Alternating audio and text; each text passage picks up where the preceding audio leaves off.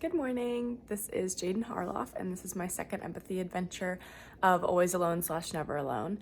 I am somebody who is never alone. I am either always with friends or family, and I'm going to challenge myself today to be completely isolated from everyone else.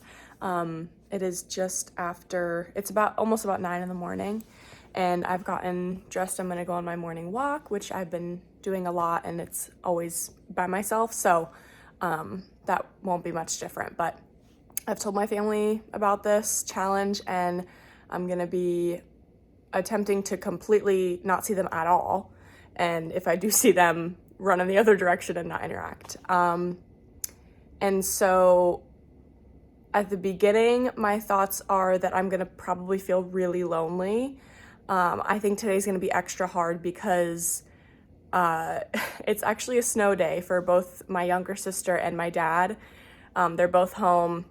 Normally, my younger sister would be home by like 10:30 in the morning anyway, because she has early release from school. But with both of them being home, I thought this would be a perfect time to do the challenge because it definitely is much more challenging than being able to see them when they're off and away from their normal duties. So I think I'm gonna probably feel really lonely by the end of the day, but I think it will be good. I don't know. Part of me is kind of excited to just be able to be with myself and do my own thing. And yeah, we'll see how it goes. Okay, I'm on my walk. I'm pretty bundled up because it is a whopping 29 degrees out here. And as you can see, there are extremely dangerous snowy conditions all on the roads.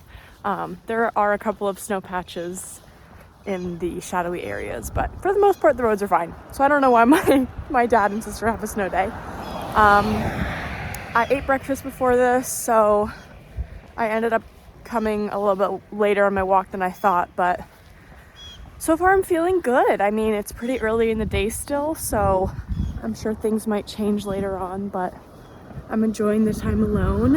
And honestly, it's kind of like becoming a moment or, hours of reflection and just reflecting on how I am doing now and what I've been up to and all that stuff. So just wanted to check in. Okay, so I just finished my walk. I am about to take a shower and probably honestly do homework for the rest of the day, catch up on some work. I don't really have much else to do and I want to fill my time so it's a little bit less strange being alone. So far I'm still feeling good. It doesn't feel much different for me at this point in the day, but I'm sure as the day goes on it will feel different, and especially this evening when both my parents are home and my sister's home and we're all usually we all eat dinner together, so I'm sure that's going to be weird not doing that. But yeah, so far I am doing good. I'll probably check in again maybe around lunchtime. So hello, it is a little after 2. I've gotten a little bit distracted with my homework, but I figured I would do a little check-in. I had lunch a little bit ago. It felt really weird bringing that back up and not interacting with anybody. I've just been kind of doing my homework and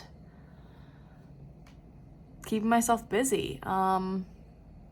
So far, I don't really feel much different, except I guess weird would be the right term to use because it's just very much out of my routine. However, I can definitely see how being isolated impacts people in intense, probably negative ways most of the time if it's consecutive isolation. I can't help but continue thinking, it keeps popping back into my head of when I did the first empathy adventure, putting myself in the shoes of homeless people. And I keep thinking of them in this scenario because oftentimes they don't have anybody. They don't have any family. They don't have any friends. They don't have people to talk to. And I think the stigma around homelessness also causes people to not want to speak to them, period. So I'm just kind of thinking about them in this time and realizing that although it's weird for me to not be having human contact, it's something that I guess, is a little bit more normal to them, but that doesn't make it any better or any easier. I think we've gone over several times in the book that humans need interaction, and, you know, they need to be able to be with one another. And so it definitely opened my eyes to other ways that homeless people have it tough. I never really thought about isolation and how that can affect somebody until now. But I mean, even something as simple as not like texting people is weird. And I know obviously certain people don't have access to phones and can't text anyway, but I don't know, just like the little things are definitely impacting me, and I'm becoming more grateful for them, more grateful for the fact that I have friends to text and that I have a phone to communicate to people with, because a lot of people don't have that opportunity. So although it's not necessarily impacting me in a totally negative way, I can absolutely empathize with those that it does and see how it can be really intense to be alone all the time. So those are my current thoughts. I'm probably just going to continue my homework up here and do a little check-in later. Hello. It is just about 7 p.m. I am not doing any more homework. I've done enough today. I'm homeworked out. I have literally just been doing homework basically this whole time. I did eat dinner, which was weird because unfortunately I did not avoid my family completely because they happened to be in the kitchen when I went down to get dinner. So I just quickly got my stuff and then came back to my room, but it was definitely weird not having dinner with them. It was also weird not talking to them at all. It's just not something that usually I do. There was one other thing I was gonna say. Oh, I'm having FOMO. I am literally having FOMO from missing out on family time right now. I know that they have to be all in the living room right now, either watching a show together or talking or playing a game. We're a big game family, big board game family. And I'm having FOMO, fear of missing out, because I'm not with them. So that's definitely a weird feeling that I never thought I would have, especially thinking back to when I was a teenager and wanting to do everything I could to get away from them. And now I'm having FOMO because I'm not with them. So that's a little bit weird. In terms of how the isolation has impacted me, I think for me and my personal situation, it was nice to have a day of reflection and a day just focused on myself. However, I could not do this any longer. Like, once tonight is done, I go to bed and wake up tomorrow morning, I'll probably talk their ear off the whole day, because I just think, I mean, human interaction is so essential for anybody, but especially for me. I just feel like I thrive off of human interaction. Like, some people need to recharge their social battery by themselves. I feel like my recharging of my social battery happens when I'm with people. Like, I just can't explain how often I'm always with people. And so I guess in that scenario, this has definitely had an impact on me, like, just in terms of realizing how dependent I am on other people and how thankful I am to have other people in my life to be dependent on. And of course, like I said earlier, I'm still thinking about those people who don't have anybody. Something that popped into my head a little bit ago was actually the Soul Surfer movie. I'm not sure if you've seen that, but there was one scene where a woman lost all of her family, everybody she knew, in a tsunami that overtook her country, or I guess the city. Anyways, doesn't matter where it was. She had nobody left. And I thought of that scene because it moves me to tears every time I watch it, thinking about losing my family in a catastrophic event like that, let alone having to then deal with not knowing anybody, not being able to talk to anybody that has a personal, close relationship with you, having to reform all of your friendships and build trust with people all over again. Like, I just cannot imagine not having anybody. So as much as I am dependent on other people and having that social interaction, it definitely opened my eyes to how do people deal with not knowing anyone and not having anyone. I genuinely don't know.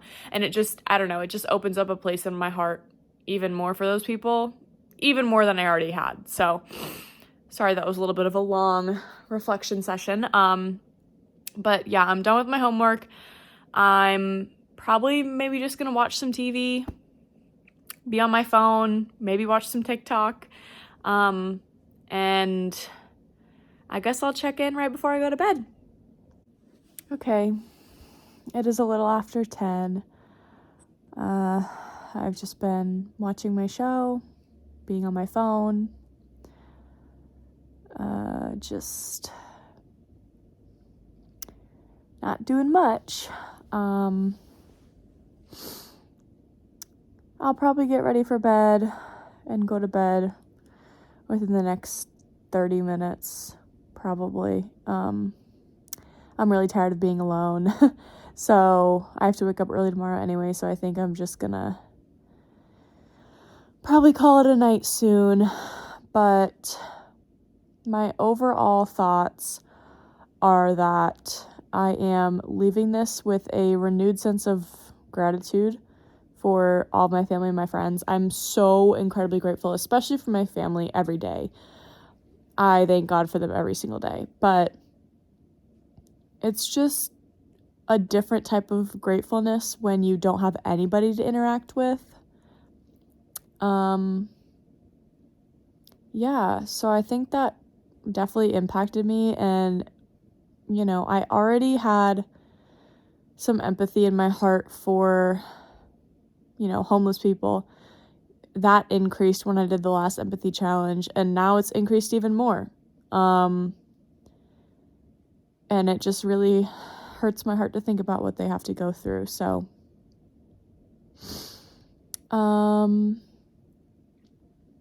yeah, I'm grateful that I get to go and talk to my family tomorrow like nothing happened. And I still have all my friends and everyone to talk to for hopefully the rest of my life.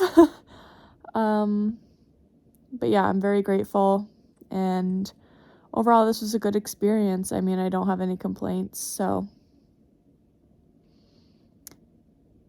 thank you for watching. I